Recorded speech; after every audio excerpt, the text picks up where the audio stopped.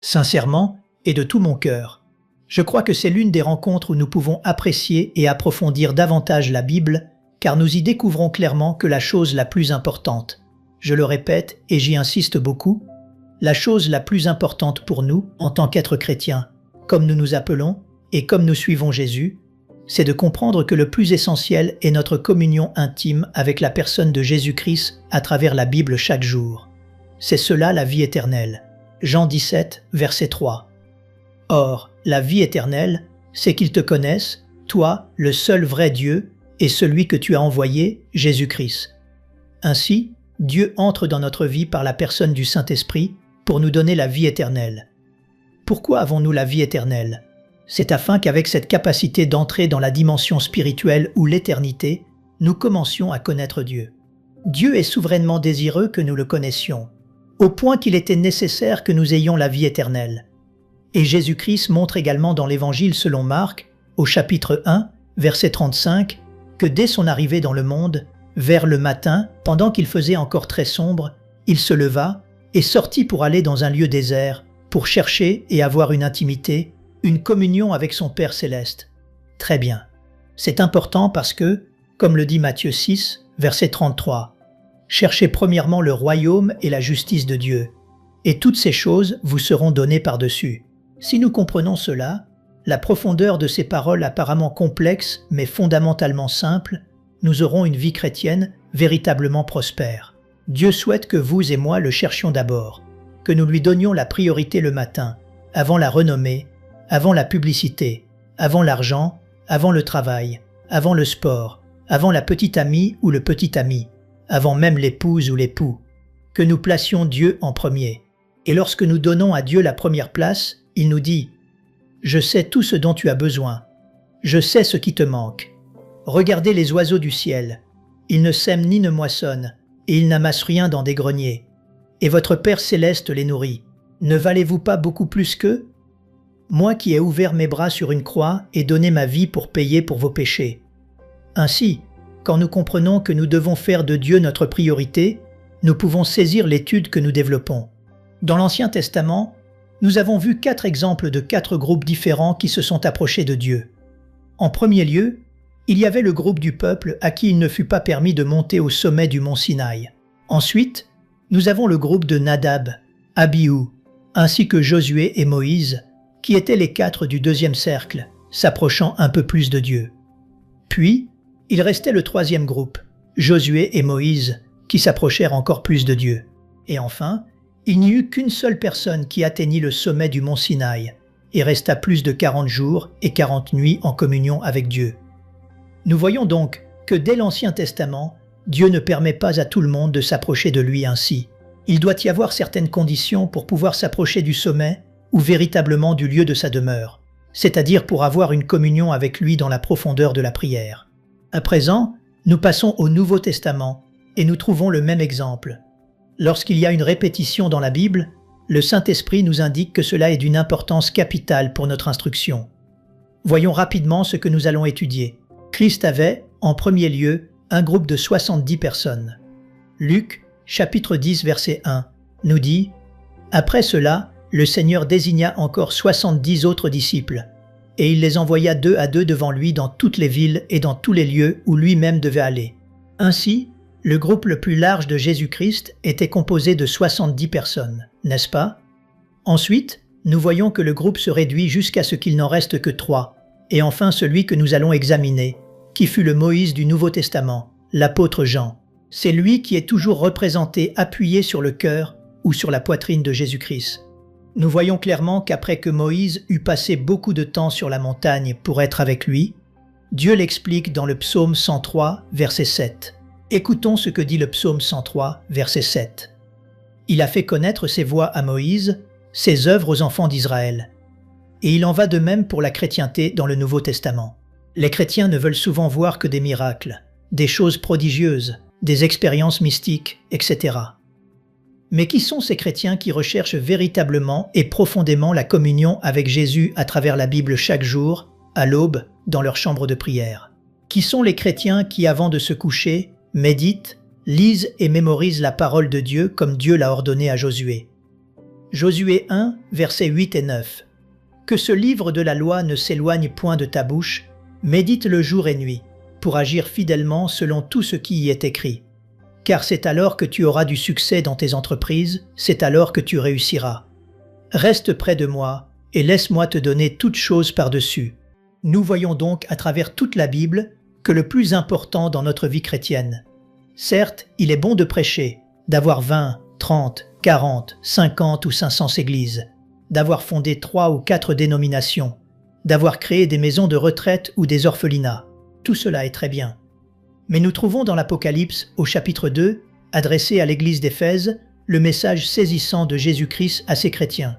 « Je connais tes œuvres, ton travail et ta persévérance. Tu as éprouvé ceux qui se disent apôtres et qui ne le sont pas.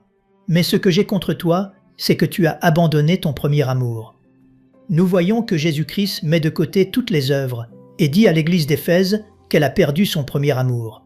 La Bible conclut le message de Jésus-Christ à l'église d'Éphèse en nous réitérant et en insistant sur le fait que si nous perdons cela, même si nous bâtissons des milliers d'églises, des milliers de constructions, ou accomplissons des milliers de choses, si nous perdons notre communion quotidienne avec lui et notre amour pour lui dans notre cœur, tout ce que nous faisons passe au second plan et n'a ni la récompense, ni l'appréciation de Dieu le Père pour nos vies. C'est ce que nous enseigne le verset que nous continuons d'étudier. Nous voyons alors que parmi ces 3 disciples, qui sont finalement restés avec Jésus, à savoir Pierre, Jean et Jacques, de ce groupe de 70, puis de ce groupe plus réduit de 3. Ces 3 apôtres ont eu le privilège d'être plus proches de Jésus que tous les autres. Cependant, de ces 3, seul Jean est resté, celui que la Bible mentionne comme le disciple bien-aimé. Cela ne signifie pas que Dieu fait exception de personne. Simplement, Dieu cherche. Ce n'est pas que Jésus n'aime pas tout le monde de la même manière. Dieu nous aime tous également, mais tous n'aiment pas Jésus également. Là est la différence. Ainsi, cette place que Jean occupait sur la poitrine de Jésus est encore vacante pour tous les chrétiens qui souhaitent avoir une communion plus étroite avec Jésus-Christ. Voyons d'abord les occasions où Jésus n'admet que Pierre, Jean et Jacques auprès de lui. Nous le voyons premièrement dans Luc, chapitre 8, versets 51 à 56. La Bible dit que lorsqu'il fut arrivé à la maison, il ne permit à personne d'entrer avec lui, si ce n'est à Pierre, à Jean et à Jacques. Nous voyons clairement ici que ces disciples, qui étaient les plus proches de Jésus, sont les seuls mentionnés. Ensuite, nous les retrouvons sur la montagne de la Transfiguration. Qui l'accompagnait? Les 70? Non. Les autres disciples? Non plus. Seulement 3 hommes. C'est-à-dire que Jésus ne s'est révélé qu'à 3 de ces hommes, ceux qui étaient les plus proches de lui, Pierre, Jean et Jacques. Matthieu, chapitre 17, dit que 6 jours après, Jésus prit avec lui Pierre, Jacques et Jean, son frère, et il les conduisit à l'écart sur une haute montagne. Il fut transfiguré devant eux. Nous voyons qu'à la transfiguration, Dieu révèle sa gloire à ceux qui sont les plus proches de lui. Lors de la résurrection de la fille de Jaïrus, il leur a révélé son pouvoir.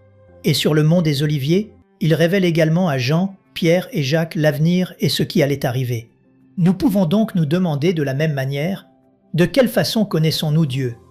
Connaissons-nous véritablement la puissance de Dieu?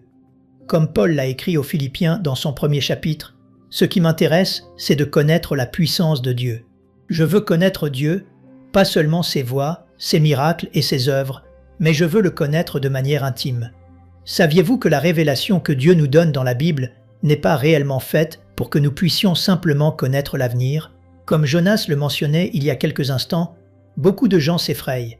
On nous dit, on nous fait peur en disant que la guerre arrive. Nous ne faisons peur à personne. Au contraire, que cela vous donne des frissons. Oui, des frissons de savoir que nous approchons de la venue de Jésus-Christ et que nous devons mettre notre vie en règle avec lui. Il nous faut maintenant prendre Dieu au sérieux, que cela ne vous effraie pas au point de vous éloigner de Dieu, mais que cela vous donne une crainte de Dieu pour vous approcher de lui, sachant que nous sommes réellement à la fin des temps, et qu'il est plus important que jamais d'avoir une communion intime avec Jésus-Christ. Par l'amour de Dieu, ne dites pas que nous faisons peur. Au contraire, les prophéties sont là pour que nous puissions avoir une confiance beaucoup plus solide et sûre dans la parole de Dieu. Enfin, Jésus se révèle encore une fois uniquement à Pierre, Jean et Jacques dans le jardin de Gethsémanée. Là, ils comprennent ses souffrances, son pouvoir, les prophéties, Et c'est ce que Dieu veut que nous puissions aussi traverser. Il y a quelques mois, comme beaucoup d'entre vous le savent, notre famille a traversé un processus très difficile de tribulation. Mon épouse, Martha, a eu un cancer il y a 2 ans à la gorge, un paragangliome sur le plan oncologique, et ce furent presque 2 années très dures, remplies de tribulations. Beaucoup de pasteurs et de frères nous ont demandé quelle expérience nous avions tirée de tout ce processus, tant moi que mon épouse, nos enfants et nos petits-enfants. Nous pouvons répondre qu'à travers ces épreuves, nous avons pu connaître Dieu d'une manière beaucoup plus profonde que si cela n'était pas arrivé. Et c'est la manière mystérieuse dont Dieu œuvre souvent. Beaucoup de gens se demandent « Pourquoi le Seigneur a-t-il repris mon fils de 20 ans? Pourquoi notre fils de 10 ans est-il mort ?» Lorsque nous approfondissons et que nous avons la connaissance des voies de Dieu, et pas seulement de ses œuvres, nous comprenons. J'ai aussi le témoignage de nombreux couples qui, grâce à la maladie d'un enfant alors qu'ils étaient sur le point de divorcer, ont pu se réconcilier. Dieu utilise donc la souffrance pour notre bien. Romains 8 dit que toute chose concourt au bien de ceux qui aiment Dieu. Le secret est de découvrir, peut-être pas sur le moment mais plus tard, quel était le dessein de Dieu pour ce désert que nous avons traversé, pour ces tribulations, pour cette fournaise ardente que Dieu nous permet parfois d'expérimenter. C'est quand nous le connaissons intimement, quand nous cherchons véritablement le cœur de Dieu, que nous pouvons obtenir ces réponses. Je le répète, Jésus les aimait tous également. Dieu nous aime tous également. Ce n'était nullement une question de perfection, car Pierre l'a renié plus tard. Jacques et Jean ont cherché plus tard à être les premiers ou à occuper la première place lorsque viendrait le royaume de Dieu. Ce n'était pas non plus le tempérament. Souvenons-nous que Pierre a coupé l'oreille d'un serviteur dans le jardin de Gethsémanée à cause de son tempérament violent et impulsif. Et Jacques et Jean ont demandé à Jésus un jour, comme nous venons de le lire, de faire tomber le feu du ciel pour consumer les gens. Ces trois-là qui suivaient Jésus étaient rudes. Il n'y avait pas en eux ces caractéristiques que nous choisirions naturellement pour être les plus proches de Jésus-Christ.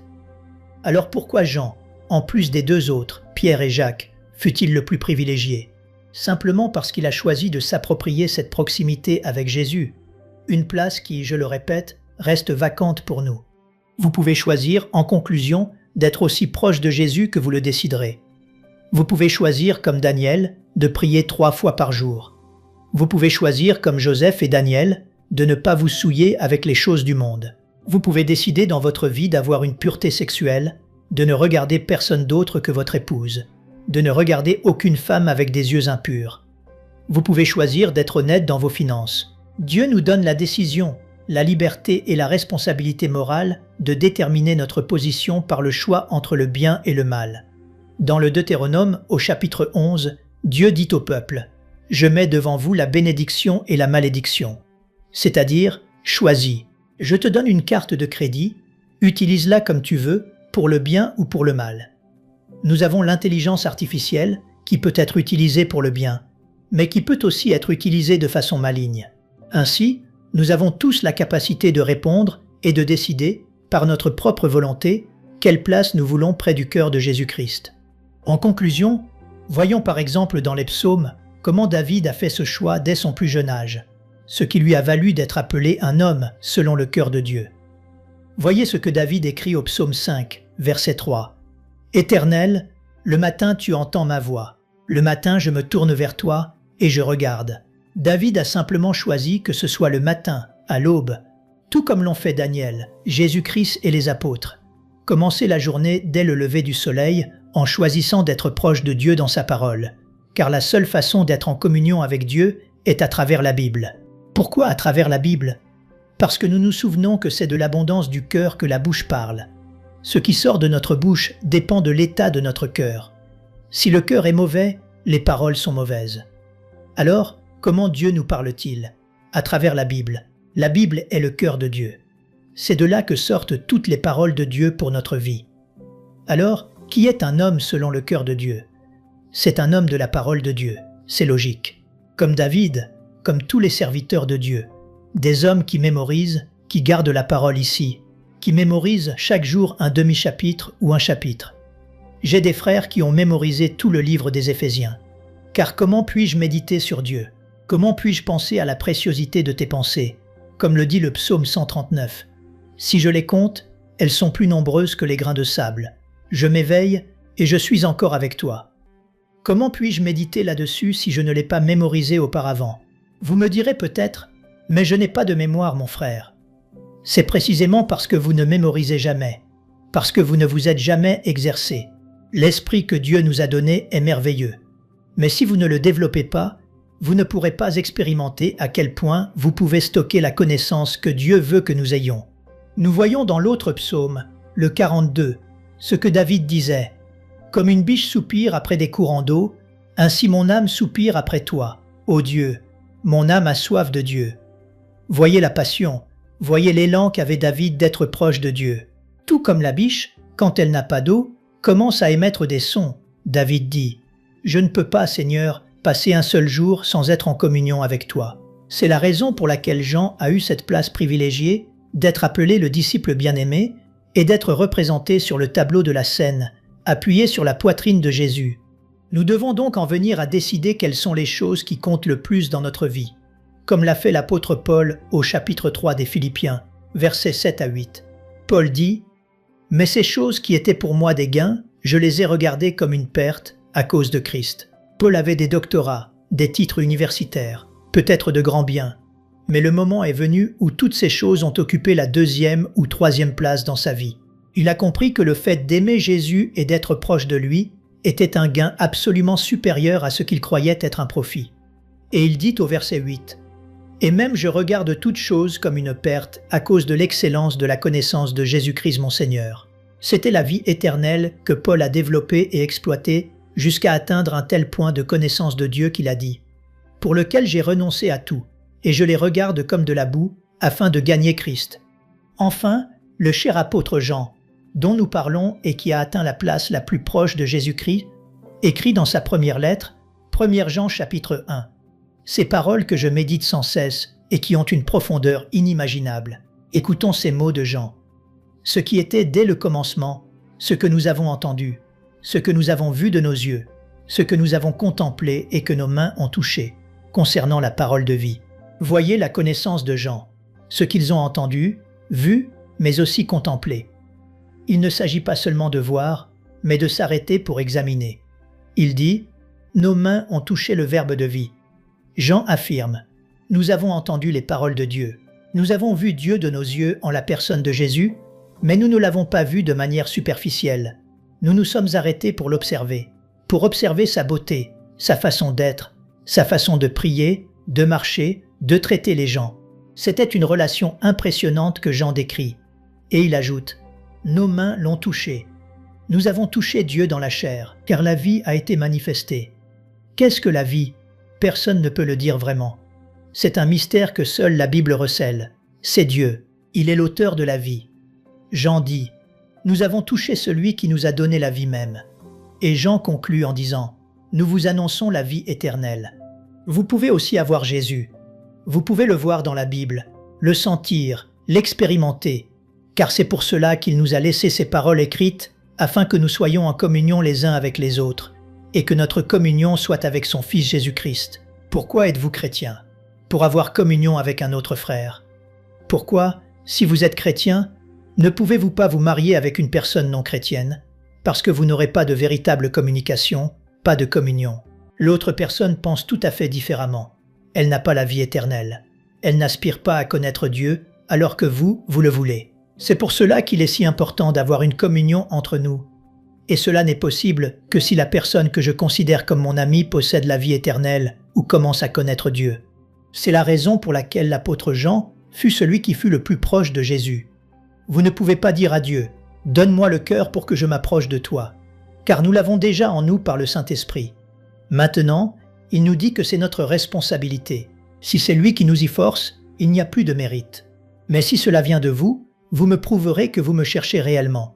Et je vous répondrai en vous révélant mon cœur dans l'intimité que je réserve à ceux qui s'approchent de moi dans la prière, la sincérité et la transparence spirituelle totale. Alors, si c'est ce que vous voulez, dites à Dieu « Seigneur, je te rends grâce ce matin de me faire savoir qu'il est important pour ma vie de te placer au premier rang.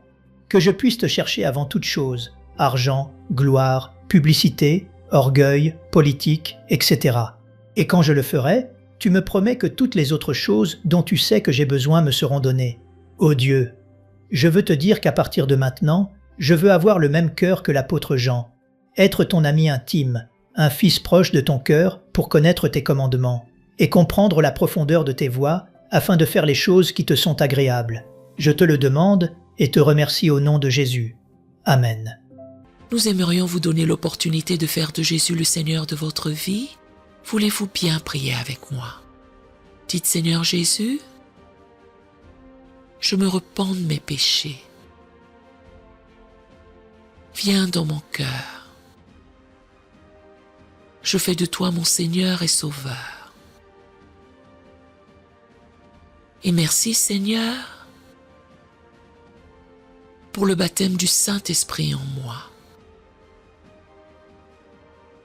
Dans le nom de Jésus. Par cette simple prière, nous croyons que le Saint-Esprit vous conduit sur le chemin de la nouvelle naissance.